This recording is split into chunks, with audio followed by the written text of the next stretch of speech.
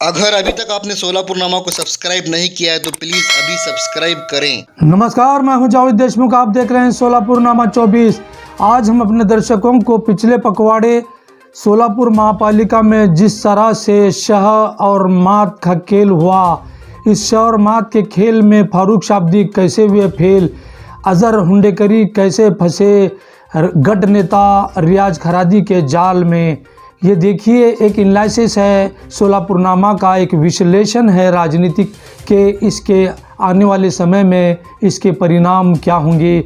सोलापुर शहर की जनता के बीच में एमआईएम की प्रतिमा कैसे घुमिल भी और कितनी उजागर भी, कैसे इस खेल की असलियत हम अपने दर्शकों को बताएंगे कि फारूक शाब्दी सोलापुर शहर ज़िला के एमआईएम के अध्यक्ष हैं।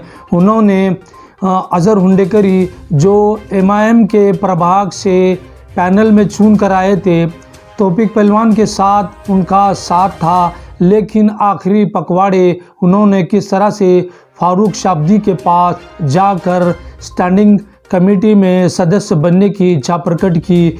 उस तरह से फारूक शाब्दी ने अपने आलाकमान असदुद्दीन ओवैसी और महाराष्ट्र प्रदेश के इम्तियाज़ जलील और यहाँ के प्रभारी अनवर सादात से किस तरह से वार्तालाप कर अजहर हुंडेकरी को स्टैंडिंग सदस्य बनाने की वकालत की। इसके बाद संवाददाता सम्मेलन बुलाकर अजहर हुंडेकरी का नाम घोषित किया गया और अपने पार्टी अध्यक्ष के पत्र पर रियाज खरादी को अजहर हुंडेकरी का नाम देने की वकालत की।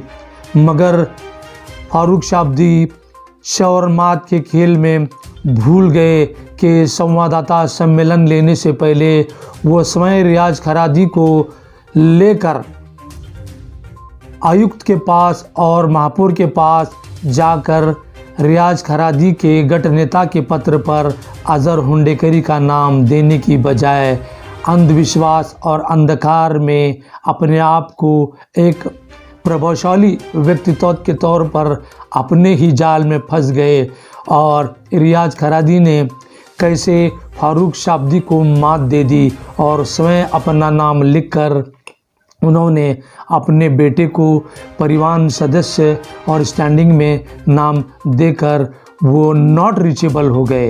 यानी शहर मात के खेल में फारूक शाब्दी को ये पता था कि मैं जो करने जा रहा हूँ ये एक राजनीतिक विश्वास नहीं, बल्कि फारूक शाब्दी शहर मात के खेल में उलझ गए और पार्टी की प्रतिमा को सोलापुर शहर में घुमिल करने की चेष्टा स्पष्ट तौर पर दिखाई दी।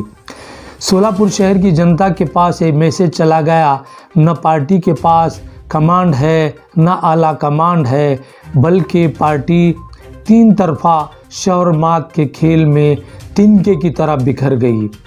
ये एमआईएम पार्टी का पहला और आखिरी झटका था, क्योंकि अगले साल सोलापुर महापालिका के चुनाव होने हैं। तो फारूक शाब्दी और रियाज खरादी के शह और मात के खेल में जनता के पास अब क्या जवाब है कि फारूक शाब्दी अपनी प्रतिमा को किस तरह से उजागर करेंगे।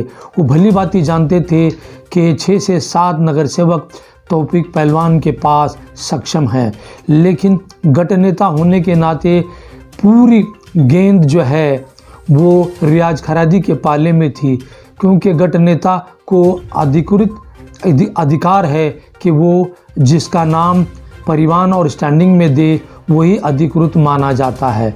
मगर फारूक शाब्दी भूल गए कि रियाज खरादी को भली भांति जानते थे कि ये आखिरी पड़ाव है, इसमें ही अपने आप को हाथ धो लेना बेहतर समझा और उन्होंने स्टैंडिंग कमेटी में अपना नाम और परिवार में अपने बेटे का नाम दिया। इससे एक बात के संकेत मिलते हैं, क्या रियाज खरादी भाजपा से मिले हुए हैं? यदि वो भाजपा से मिले हुए हैं तो उन भाजपा में और रियाज खरादी में कौन सी डील हुई है? इस बात को भी हम सोलापुरनामा उजागर करना चाहते हैं। डील दो तरह की हो सकती है, यानी आर्थिक तौर पर और परिवार के चेयरमैन के तौर पर। या तो ये दोनों डील भी हो सकती है और नहीं भी हो सकती है, मगर संकेत और हमारे सोलापुरनामा को मिली जानकारी के अनुसार दोनों डील हो चुके हैं, आर्थिक तौर पर भी और परिवार के चेयरमैन पद को लेकर भी।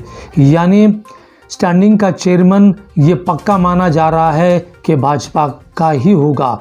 यदि आर्थिक डील में स्टैंडिंग कमेटी का चेयरमैन यानी अंबिका होने के सभी दरवाजे आमतौर पर खुले हुए हैं, यानी इस बात को माना जा रहा है, ये पक्का प्रमाण हो रहा है कि एमआईएम भाजपा के साथ जा रही है। ये पक्के प्रमाण है।